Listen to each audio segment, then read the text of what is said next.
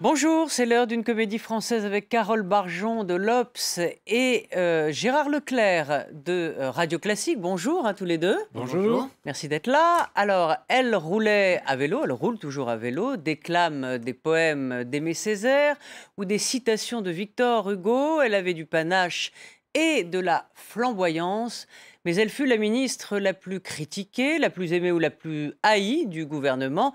Comme dirait un célèbre animateur, je suis Christiane Taubira qui a démissionné et elle explique pourquoi. On l'écoute. Je quitte le gouvernement sur un désaccord politique majeur. Je choisis d'être fidèle à moi-même, à mes engagements, à mes combats, à mon rapport aux autres, fidèle à nous, tel que je nous comprends. Le péril terroriste qui nous menace est grave, mais je crois que nous ne devons lui concéder aucune victoire, ni militaire, ni diplomatique, ni politique, ni symbolique. Voilà, explication de texte courte, mais on comprend bien sûr les motivations de Christiane Taubira. Donc la question aujourd'hui, dans le fond, c'est est-ce que c'est le genre de femme à rester dans l'obscurité, à ne pas capitaliser sur ce qu'elle a construit, c'est-à-dire une image, et maintenant qu'elle a goûté aussi au pouvoir et à la notoriété? Carole? Moi, je ne crois pas. Il faut sûrement la croire quand elle a dit, je crois, à Michel Denisot, qu'elle ne serait pas candidate à la prochaine élection présidentielle. Elle l'avait déjà été en 2002, donc sans doute faut-il la croire. Et les reproches qui se sont suivis sur avoir fait faire de la gauche, ouais. Mais effectivement, ça n'est pas parce qu'elle ne se présentera pas qu'on ne va pas l'entendre. Et comme on sait, Christiane Taubira maîtrise extrêmement bien le verbe, elle est assez lyrique et elle parle à la gauche, et notamment à la gauche de la gauche. Donc elle peut parfaitement entretenir la flamme d'une certaine façon. Et faire vivre une sorte de courant d'une gauche assez libertaire et apporter éventuellement son concours à d'autres. C'est ça qui est possible. Alors, mais cette gauche dont parle Carole, elle s'entend médiatiquement, mais au niveau des votes, elle ne pèse plus grand-chose. Non, mais elle existe quand même, elle a toujours existé dans la tradition de la gauche. Elle représente vraiment une vraie sensibilité de gauche qui existe, très attachée aux valeurs. Je trouve déjà qu'elle a bien réussi sa sortie.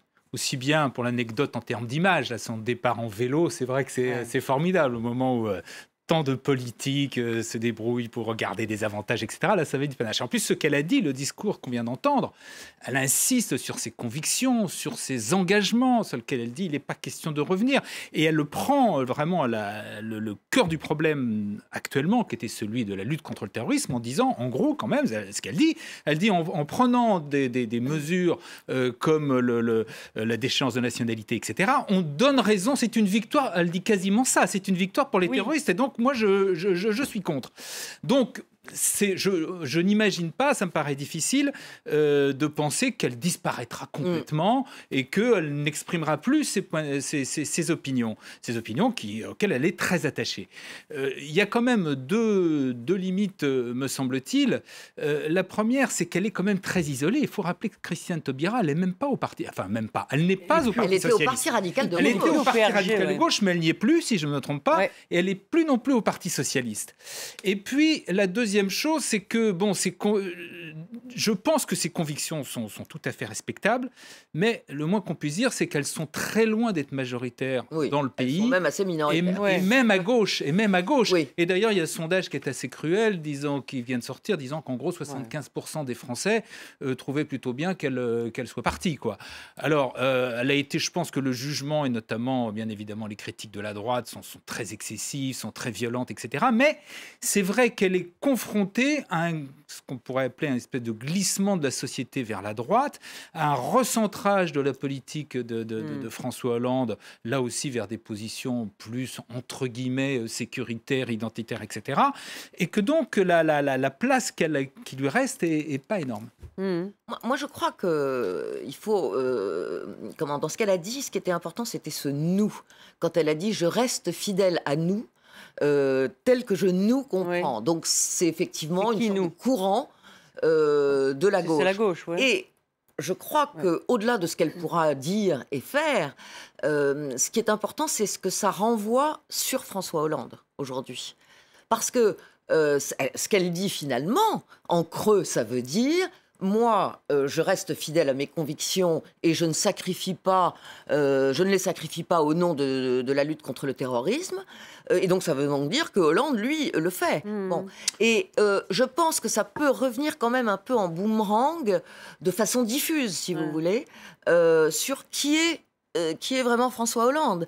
C'est-à-dire, est-ce que c'est vraiment un homme de gauche ? On voit qu'aujourd'hui, tout de même, le gouvernement est assez rétréci. Il y a eu quand même le départ, depuis le début, il y a Arnaud Montebourg, qui représentait une sorte de gauche un peu souverainiste, très colbertiste, etc. Cécile Duflot, et maintenant Christiane Taubira. Donc, c'est vrai que l'assise politique se réduit. Et au-delà de ça, moi, je crois qu'il y a aussi... est-ce que François Hollande est vraiment un homme de gauche ? Est-ce qu'au fond... C'est un homme de gauche réformiste, on va dire. Oui, mais si vous voulez, ce qu'elle dit là, ça renvoie à une question que se posent beaucoup d'électeurs de gauche, c'est-à-dire, au fond... si on veut vraiment libérer l'économie, surmonter tous les blocages, etc., est-ce qu'il ne faut pas commencer par sacrifier à des discours très à gauche, on se souvient, mon ennemi c'est la finance, etc. Et puis une fois qu'on est au pouvoir, au fond, faire un peu le contraire. Il y a une réalité qui est indiscutable, c'est qu'il y a eu dans le quinquennat de François Hollande deux, je ne sais pas s'il faut appeler ça inflexion, voire rupture, en tout cas deux virages très nets. Le premier en matière d'économie, où vraiment il se range, il se met clairement dans les pas de ce qu'on appelle le soit la social-démocratie, soit le social-libéralisme, soit le social-réformisme, comme vous voulez. Mais enfin, on voit bien ce que c'est. C'est-à-dire, en gros, le Parti socialiste et le gouvernement français se mettent dans les pas de cette gauche européenne qui est représentée par le Parti social-démocrate en Allemagne, par le PSOE en Espagne, etc., etc. Ça, c'est la première. Mais qui est plutôt la tradition Rocard que la tradition Mitterrand. Oui, mais c'est là où j'ai un petit peu tiqué sur ce que vous avez dit tout à l'heure. Vous dites, est-ce que c'est encore la gauche ? Oui, c'est la gauche. Ce qu'il y a, c'est qu'il y a toujours eu en France, il y a toujours eu de gauche depuis Jules Guesde et Jean Jaurès. Toujours. Une gauche démarxisée. Mais il y a une gauche, plus centralisatrice, plus autoritaire, plus marxiste, il faut le dire, dans la démarche, je parle. Et puis une gauche, au contraire, plus autogestionnaire, décentralisatrice, social-démocrate, réformiste, etc. Donc là, dans son quinquennat, François Hollande a clairement choisi, alors que pendant sa campagne, et c'est peut-être ça qu'on peut lui reprocher, il était resté ambigu. Effectivement, le discours du Bourget, c'était plus la première que la deuxième gauche. Voilà. Pour le reste, dans l'histoire de François Hollande, il ne faut pas oublier qu'il vient du dolorisme, c'est-à-dire que je pense que moi, il a toujours été, au fond de lui-même, un social-démocrate. Mais le problème, c'est que les choses soient dites ou pas dites. C'est vrai, il y a une ambiguïté. Pardon, mais sur la déchéance de nationalité, ça pose un vrai problème à des gens de gauche, et là oui, mais justement, Carole, est-ce que c'est pas là qu'il faut... Il avait quand même critiqué extrêmement fort, et face caméra, on peut retrouver ses propos, cette mesure. Oui, mais c'était en 2010. Depuis, il y a comme eu une petite chose, c'est qu'il y a eu les attentats, il y a eu 130 morts le 13 novembre. J'entends bien, mais ça pose la question... Le contexte a complètement changé. Pardon, mais ça pose quand même la question de, est-ce que et à gauche, on a souvent revendiqué ça tout de même, c'est qu'on est d'abord de gauche parce qu'on est fidèle à des principes et qu'on édicte des principes. Est-ce que on change de principe parce que les circonstances changent? C'est ça la question qui est posée. Le débat là-dessus, notamment sur la déchéance de nationalité, il existe. C'est-à-dire qu'il ne faut pas oublier que la déchéance de nationalité a été inventée par les Républicains en 1793 quand ils ont confisqué les biens nationaux des émigrés, qu'en 1848 on a remis la déchéance de nationalité pour les esclavagistes, et c'est la Chambre du Front populaire qui en 1937 en remet une couche pour déchéance de nationalité. Mais François Hollande n'avait pas rappelé ça quand il a condamné cette mesure. C'est ça le problème. Oui, mais à l'époque, la situation était quand même pas la même. Vous ne pouvez pas comparer la France de 2010 à ce qui s'est passé à celle de 2015, quand il y a eu les attentats de Charlie Hebdo, de l'hyper Cacher et surtout du 13 novembre. Mais pour revenir sur ce que vous disiez, effectivement, Carole, est-ce qu'il n'y a pas une partie de cette gauche qui est très bien expliquée dans un livre de Bergogneau, qui s'appelle « L'ambition ou le remords » sur les socialistes, où dans le fond, il explique que les socialistes et leur rapport au pouvoir, c'est-à-dire Bien que sûr. gouverner, c'est trahir. La mauvaise Il y a conscience d'être au La pouvoir. mauvaise conscience du socialisme. Et ça, dans leur inconscient collectif, on va dire, c'est quelque chose qui reste parfaitement ancré. Mais c'est extrêmement fort, puisque Oui, mais- même si effectivement la deuxième gauche, par exemple, a toujours dit qu'elle était pour l'économie de marché, donc pour le capitalisme. Alors un capitalisme contrôlé, tempéré, etc. Régulé. Bien sûr, régulé. Bon, mais malgré tout, elle a toujours accepté ça. Et en même temps, ce qu'avait dit François Hollande un jour en disant j'aime pas les riches. Ça correspond effectivement. Parce qu'il voulait flatter un électorat, celui Ouais, du ça, Parti c'est un peu socialiste. des propos de Mais- campagne, mais Oui. Pas seulement. Non, mais- C'est parce que c'est vrai qu'il y a un problème avec l'argent. Est-ce que gagner de l'argent, au fond, Oui, c'est il y a un problème bien? avec l'argent. Non, mais c'était il y a plutôt surtout, mal. je pense, il y a toujours eu en France cette de gauche, et je pense que le reproche qu'on peut faire au Parti socialiste et en particulier à François Hollande, c'est que cette clarification, il a Voilà, ça n'a tardé pas à la été faire. faire. assumé. Il a toujours, et encore en 2012, il était un petit peu dans l'ambiguïté. Sur Christiane Taubira, j'aurais quand même rajouté deux choses. La première, c'est que elle a quand même fait perdre, du moins En 2002. en 2002. Alors, elle s'en défend, elle dit que- Oui, mais enfin, bon, Ah oui, pas si on fait d'accord. les chiffres, si on additionne, malheureusement, c'est vrai.